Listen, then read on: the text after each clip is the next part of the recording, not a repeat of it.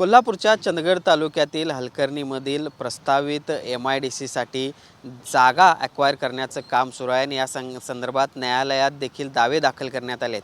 आणि असं असताना या सगळ्या जमीनधारक शेतकऱ्यांना आता पोलिसांनी नोटिसा देखील दिलेल्या आहेत आणि त्यामुळेच आता हे शेतकरी पुन्हा एकदा आक्रमक झाल्याचं बघायला मिळतंय। माझ्यासोबत एक सगळे शेतकरी आहेत, बोलूयात त्यांचं नेमकं काय म्हणणं आहे, त्यांचा विरोध या सगळ्या खरंच हलकर्णीच्या MIDCला आहे का आणि त्यांच्यावर नेमका काय अन्याय होतोय, काय सांगाल, काय नेमकं तुमचं म्हणणं आहे? सर, 1993 साली त्यावेळेला आमचे सर्व वडीलधारी मंडळी होती, आम्ही लहान होतो।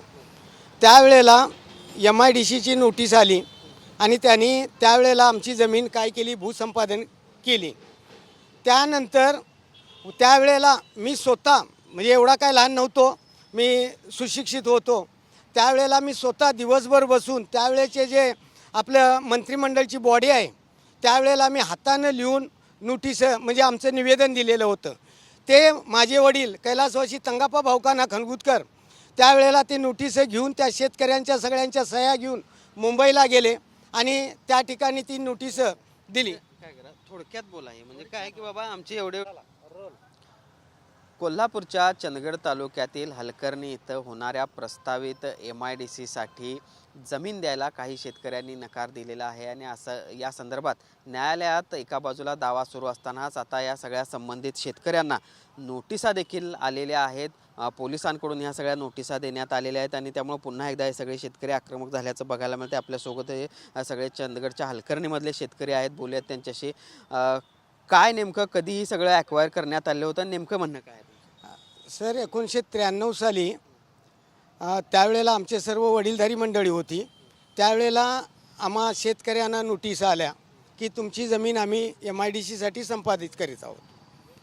त्यावेळेला त्यांच्या नोटिसामध्ये 10 हेक्टर 4 आर जमीन त्यांनी ॲक्वायर केल्याचं दाखवण्यात आलं। त्यानंतर आम्ही काय केलं, त्याला तक्रार दिली। तक्रार दिल्यानंतर त्यातली काही जमीन त्यांनी वगळली। काही जमीन वगळल्यानंतर ती कोणती जमीन वगळण्यात आलेली आहे याचासुद्धा त्यांनी नकाशा त्यावेळेला केला नाही आणि तो नकाशा आम्ही वारंवार त्यांच्याकडे मागणी करत होतो, पण त्यांनी जी जमीन पिकाऊ आहे ती वगळलेली होती।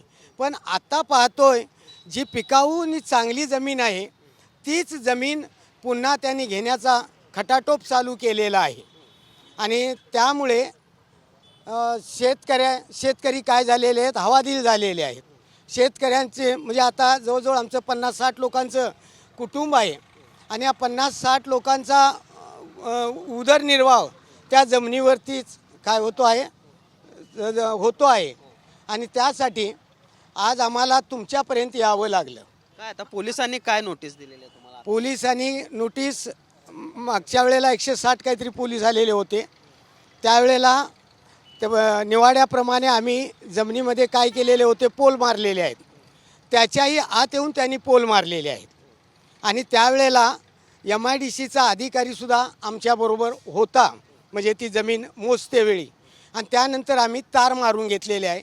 नंतर ते पोलीस आणून त्या तारेमध्ये त्यांनी पोल रोवण्याचा प्रयत्न केलेला। काय करणार म्हणून सांगितलं पोलिसांनी? सर, एकच म्हणणं माझं आहे, आता जे आम्ही निवाड्याप्रमाणे जे 1993 असून आता ज्याप्रमाणे अधिकाऱ्याने जे दिलेलं आहे निवाड्याप्रमाणे, त्यानंतर 4R19 ही MIDCने ॲक्वायर केलेली आहे आणि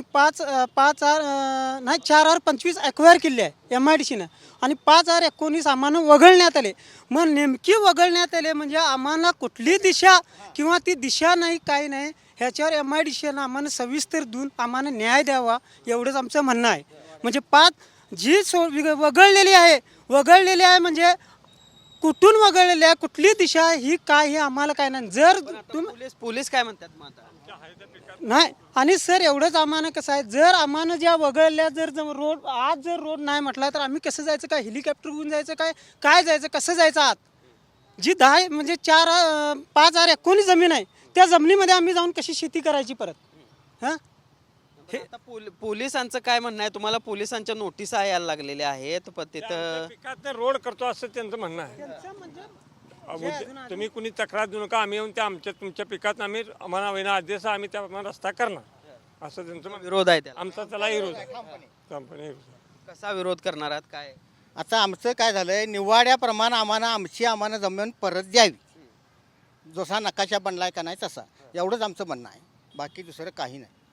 तर पाहिलं आपण ज्यावेळी ही सगळी एकूणच जमीन ॲक्वायर करण्यात आलेली होती, त्यानंतर काही जमीन आहे ती पुन्हा या शेतकऱ्यांना परत देण्यात आली होती. मात्र कोणत्या भागातली जमीन ही परत करण्यात आलेली आहे त्याबाबतचा कोणताही आदेश MIDC प्रशासनानं काढलेला नाही आणि त्यामुळं हा सगळा गोंधळ आता निर्माण झालेला आहे. आणि जी जमीन पिकाऊ आहे त्याच ठिकाणी आता रस्ते करण्यासंदर्भात नियोजन MIDC कडून केलं जातं आणि त्यामुळंच या सगळ्या शेतकऱ्यांना नोटिसा देखील आलेल्या आहेत आणि त्यामुळंच आता या सगळ्या शेतकऱ्यांचा विरोध देखील वाढल्याचं बघायला मिळतं. MIDCला विरोध नाही, मात्र जी पिकाऊ जमीन आहे ती देणार नाही अशा पद्धतीची भूमिका या सगळ्या शेतकऱ्यांनी घेतल्याचं बघायला मिळते. व्हिडिओ सुनील काटकरचं, भूषण पाटील, TV9 मराठी, कोल्हापूर.